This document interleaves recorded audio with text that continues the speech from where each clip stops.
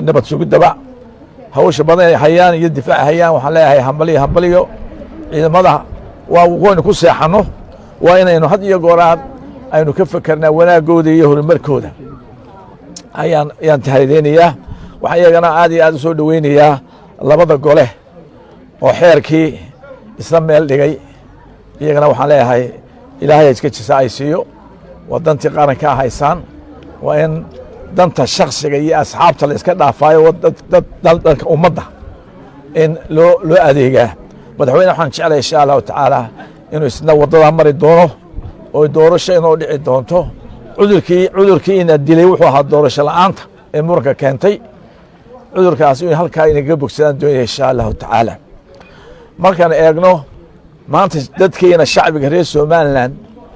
maanta maalin ay kaga xuntahay ma jira dhaqaalaha waddanku 2 sannadood uu istaagay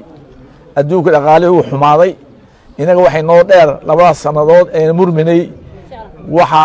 dadku u istaagay dhulkii lama kala iibsado ciddii waddanka wax gashanaysay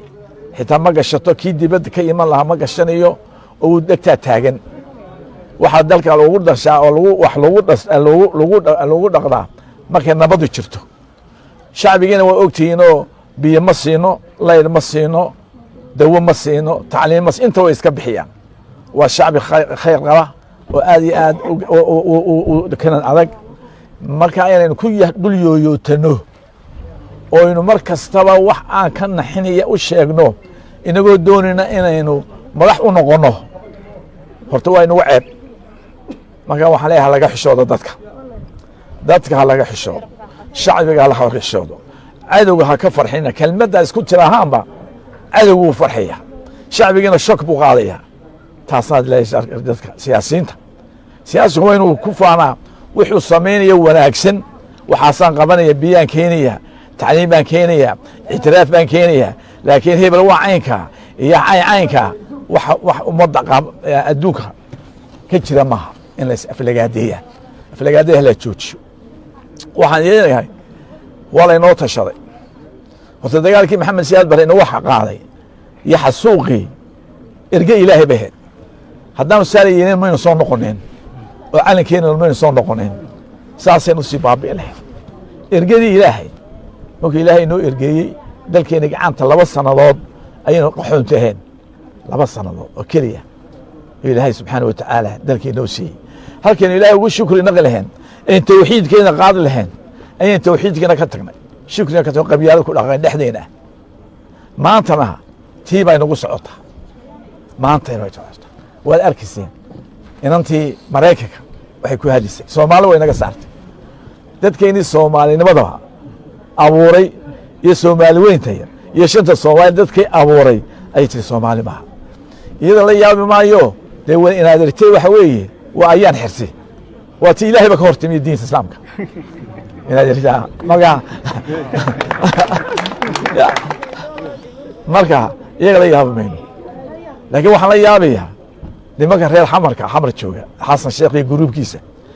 ee goofkiisii aan xukumin goofkiisii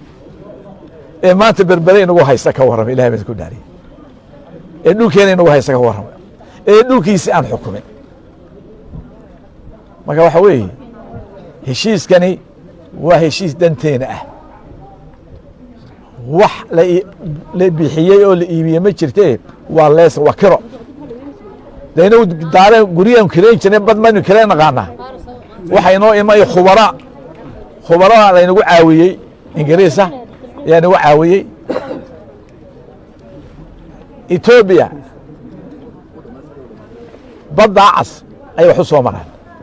badda casna waad ogtiin waxa rabshad ka taagan Japan baa yaa ku leh salli ku leh Mareykan baa ku leh Spain baa ku leh badda cas wala ilaashanaya iyaguna waa halka wax u soo mariyeen inay bees ku yeeshaan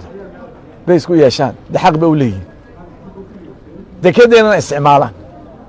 marka dhul la bixiyaa ma jirto inaga iyo Ethiopia waxay noo dhaxaysay soonaha shanaad hawdan Soomaaliya noo dhaxaysay maanta waa kaasoo Soomaaliya waxay nageeyay hawdan Soomaaliya maxaa ku haysataan gobol miyaa ku leedin haddaad baasaboor ka doonto waxa lagu leeyahay idoor baa tor reegaysa adoo awaare degan ku leeyahay idoor baa tahay oo baasaboor lagu diiday kii yimid boorame waxa Soomaaliland dhulkii aynu u dhimanay aynu ku dhammaanay aan ku dhaqanayn geed kasta ka hoos dhimanay ayaad maanta lagaa sheeganaya isna waynu ka soo kaxaynaa maamul gooniya u samayna insha allahu tacaala hawd ariseferiya maamul gooniya u samayna hadalaya ya heshiiskaan ku darina marka waxa weeye war waa khadar ilaahay inoo keenay haynaga dhawaaqina heshiis wanaagsan ayaanu gelina oo shirinta laga siray marka nin ka dhimanaya noloshiina yaanu idin warramin yaan gurigaaga lagaa warramin oo aad guriga ka warranta xasan shaabal guriga ka warrami kara kada arkaysa faarax macalin ilay baa sheegay ilay wuxuu yidhi isaga telefoon waa lacagta lagu shubtaa buu yidhi isaga kale wuxuu la caqliya ka fiqi la yiraahdo isna koofida beenta qaatay mark dadkan markaa waxaanu ka adkaana midnimadeena iyagoo ku bariya Britain ma doonta iyagoo biri ku bariya ay arki doonta marka waxa weeye midnimadeena ilaasha family bayna ilaa kala soo dega ilaa ka dega magaashaanay sayda family bayna nahay waxaan leeyahay qoladii reer Laascaanoodna maandeeq way dhashay maandeeq caanaheeda ka habsaamina caanaha maandeeqa ka habsaamina way nagu filan tahay wala noo soo haajiriya walaalayaal abtiyaal wax kasoo isku keena موسى هذا كحرق سنة موسى شرحت بتجيه هذا وخير لين لهاي نقوم بسوعليه موسى كحرق سنة يسوي سكتجيه يسوي سكتجيه موسى كحرق يعني ما قال والله نبدأ من سوعلنا إن شاء الله تعالى ضدكوا هنا كتير ضدكوا جنبوا بهي إلهي قام ولا سين سبحانه وتعالى إذا كنا بقى كو ولاك الشقية ولاك الشقية ومضم ملايا وسكت داية تيفي هذا كحر لسان عيتم سام iska daaya shanta Soomaaliyeed meel laga caytamiyo reerba laga sheegaya keena wixii hoos la isku oran jiray iyo social media dhigisan marka taas inaga daaya waa mahadsantiin aad iyo aad buu mahadsantiin ilaahay baa kaliya mahad leh